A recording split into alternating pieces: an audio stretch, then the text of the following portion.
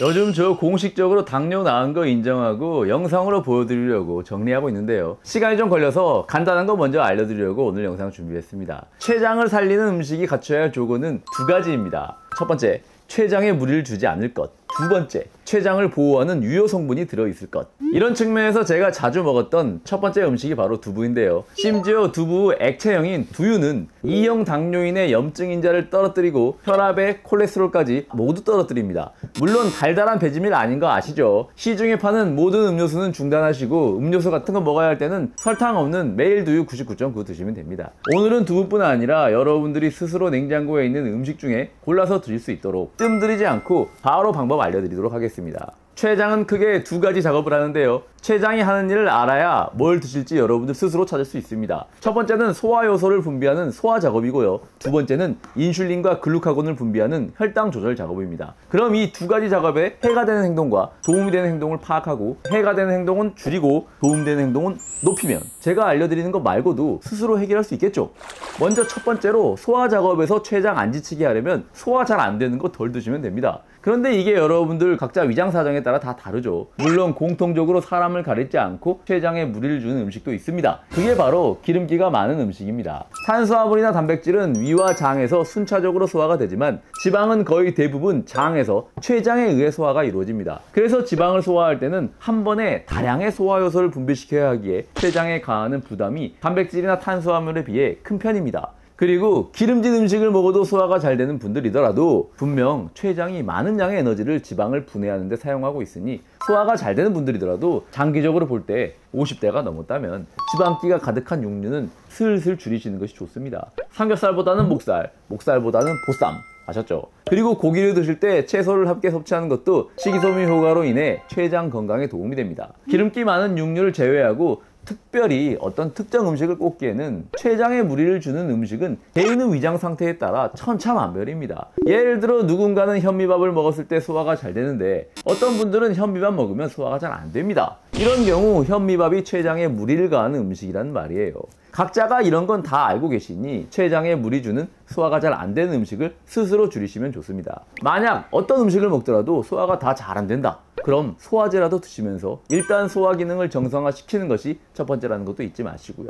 두 번째로 췌장이 하는 일이 인슐린 분비하는 작업이라고 했었죠. 인슐린 저항성이 있는 당뇨 전 단계나 당뇨인들은 정상인들에 비해 췌장이 인슐린 분비하느라 정신이 없습니다. 췌장이 과로하지 않게 인슐린 덜 분비하고 쉴 수 있도록 해야 하는데 인슐린 덜 분비하는 방법이 뭔가요? 인슐린이 언제 분비되는지부터 알아야겠죠. 단순하게 말씀드리자면 인슐린은 탄수화물이 몸으로 들어오면 분비됩니다. 탄수화물이 몸에 많이 들어오면 인슐린도 많이 분비됩니다. 거기에 설탕, 밀가루, 쌀밥처럼 정제된 탄수화물일수록 인슐린은 더 빠르고 급격하게 분비되기 때문에 췌장은 그만큼 더 무리하게 됩니다. 자, 지금까지 내용이 좀 어려우실 수도 있는데요. 걱정 마세요.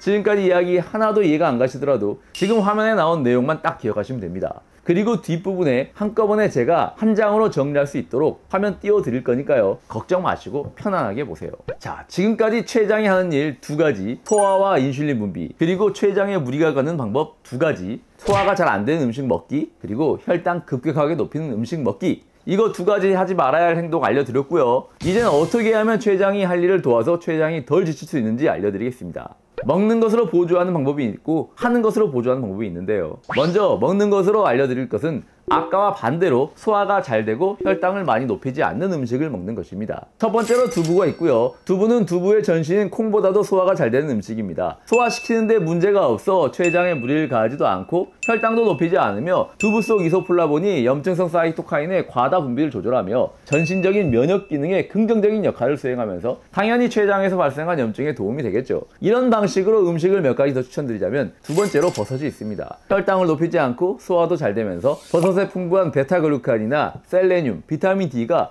모두 췌장 기능에 도움이 되는 대표적인 성분들입니다. 그래서 저는 아침에 양호식을 먹을 때 버섯도 추가로 꼭 넣어서 먹고 있습니다. 세 번째로 도움이 되는 음식은 미역과 다시마입니다. 바다에서 나오는 음식들이 대부분 건강한 편인데요. 만들어지는 수심에 따라 나누자면 얕은 깊이에서 자라는 녹조류와 중간 깊이에서 자라는 갈조류로 나눌 수 있습니다. 미역과 다시마는 중간 깊이에서 자라는 갈조류인데요. 이 갈조류에만 특징적으로 들어있는 끈적한 점액질 성분으로 유명한 게 바로 바로 후코이단입니다. 후코이단은 단순히 췌장을 건강하게 하는 것을 넘어 혈관의 끈적한 콜레스테롤을 청소하는 효과는 물론 췌장에서 발생할 수 있는 가장 큰 문제인 췌장암까지 예방할 수 있습니다. 그런데 이 효과를 최고로 극대화할 수 있는 간단한 방법이 있으니까요. 후코이단 관련 항암 연구 하나 빠르게 소개해드리고 슈퍼 미역국 만드는 방법 알려드리도록 하겠습니다. 암에 걸리지 않은 일반인에게 30일 동안 매일 후코이단을 경구로 섭취시켰습니다. 백혈구나 적혈구 수는 특별한 변화가 없었으나 항암 작용을 비롯한 면역에 관여하는 세포인 NK세포 수가 후코이단 섭취 전보다 42%나 증가했습니다. 우리 몸의 정상적인 세포는 손상을 입어 돌연변이가 발생할 것 같으면 주변에 피해를 끼치기 전에 스스로 자살 스위치를 눌러서 암으로 발전하는 것을 막습니다. 그런데 가끔 자살 스위치가 작동하지 않는 경우가 발생하는데요. 사실 하루에도 수천, 수만 번씩 우리 몸에서 이런 오류가 발생합니다. 하지만 그럼에도 모든 사람들이 암에 걸리지 않는 이유는 오류가 발생하더라도 그 오류에 대응하여 암세포를 사멸하는 공격 시스템이 잘 갖춰져 있기 때문이고요. 그런 공격 시스템을 담당하는 세포가 바로 NK세포입니다.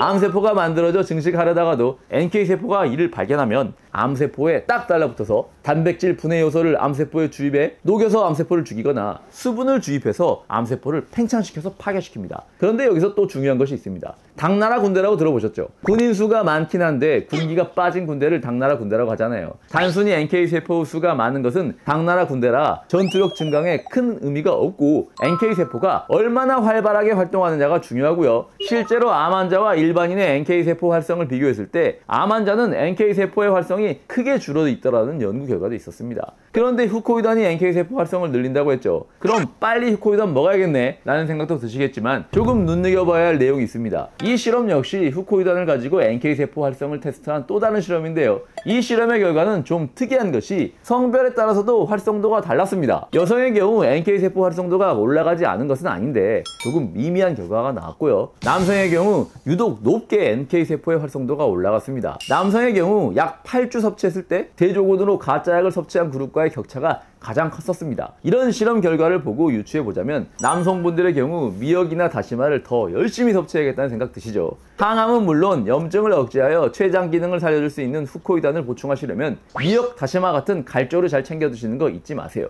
그런데 이게 또 요오드 성분 때문에 갑상선 기능에 문제를 초래할까봐 드시기 꺼름직하신 분들도 계실 겁니다. 제가 이거 명확하게 정리해 드릴게요. 요오드의 하루 상한 섭취량이 2.4mg이고요. 미역국 한 그릇의 요오드 함량은 약 1.1mg입니다. 그러니까 하루에 딱 2그릇까지만 드시면 괜찮습니다. 그런데 이거 잘 생각해 봐셔야 할 것이 미역국 하루에 2그릇은 괜찮다고 한 번 드실 때 미역을 막 가득 채워서 그렇게 드시면 안 된다는 겁니다. 사실 이거 정확한 기준이 정해져 있지 않은데 그냥 상식적으로 생각하시고 국물과 건더기 비율 적당히 평소 드시던 대로 그냥 드시면 됩니다. 그래도 최고의 효과를 보고 싶다 싶으신 분들은 2그릇을 드시되 일반 미역으로 미역국을 하지 마시고요. 미역귀로 미역국을 만드시면 됩니다. 똑같은 미역이더라도 미역귀에는 후코이단 성분이 일반 미역 부분보다 대략 3배 이상 높기 때문에 미역귀로 드시면 더 높은 후코이단 함량을 흡수할 수 있으니 미역귀로 미역국을 해 드시면 이게 바로 슈퍼 미역국입니다. 슈퍼 미역국은 제가 만든 용어니까요. 어디 검색해도 나오진 않을 거예요.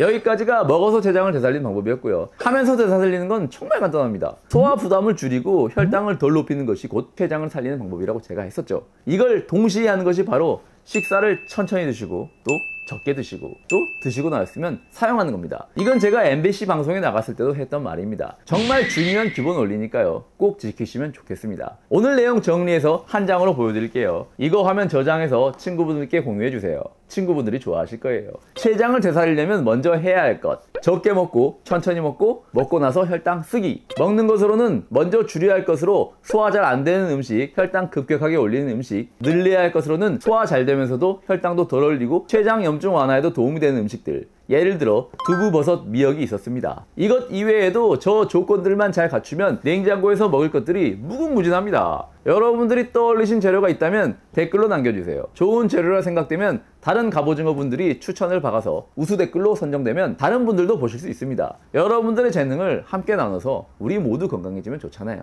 그럼 다음 시간에 더 건강해져서 만나요.